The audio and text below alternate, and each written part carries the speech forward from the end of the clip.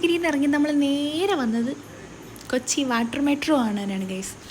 അവരവിടെ ടിക്കറ്റ് എടുക്കുന്ന സമയം കൊണ്ട് ഞാനും അർവാജിയും കുറച്ച് വീഡിയോസൊക്കെ എടുത്ത് ഗോഷ്ഠി കളിക്കുന്നതാണ് നിങ്ങളീ കാണുന്നത്. ഫൈനലി നമ്മൾ അതിൻ്റെ അകത്ത് കയറി, നമ്മളൊക്കെ സീറ്റൊക്കെ കിട്ടി. നമ്മളെ ബാക്കി മെമ്പേഴ്സിനെ വെയിറ്റ് ചെയ്തിരിക്കുമായിരുന്നു.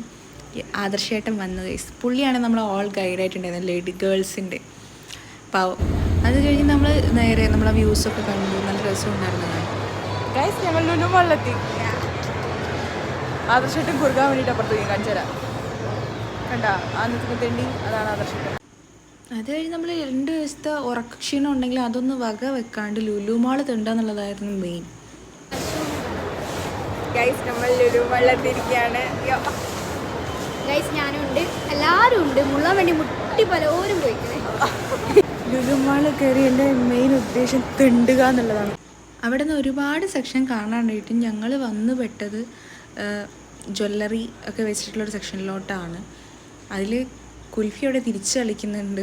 ആദ്യം അവിടെ ജിമിക്കുകളുടെ കളക്ഷൻസ് ഓരോന്നോരോന്ന് വെച്ച് നോക്കുന്നുണ്ട്, അതിൻ്റെ കമൻട്രി പറയുന്നുണ്ട്. അൽഫി അത് വെച്ചിട്ട് അവളുടെ ചെവിൻ്റെ സൈഡിൽ നമ്മൾ മുറം തൂക്കിയ പോലെയാണ് എനിക്ക് തോന്നിയത്. അവിടെ കിളിക്കുന്നു, അങ്ങനെ പ്രത്യേക തരം സ്വഭാവങ്ങൾ കാട്ടിക്കൊണ്ടിരിക്കുകയാണ് കുട്ടികൾ മൊത്തം. അതിൻ്റെ ഇടയ്ക്ക് അറവ കയറി വരുന്നുണ്ട്. അറവ കയറി വന്നിട്ട് ഒരു കാര്യമില്ല, അതിൻ്റെ അകത്ത് നിന്ന് തിരിച്ചും മറിച്ചും നോക്കി.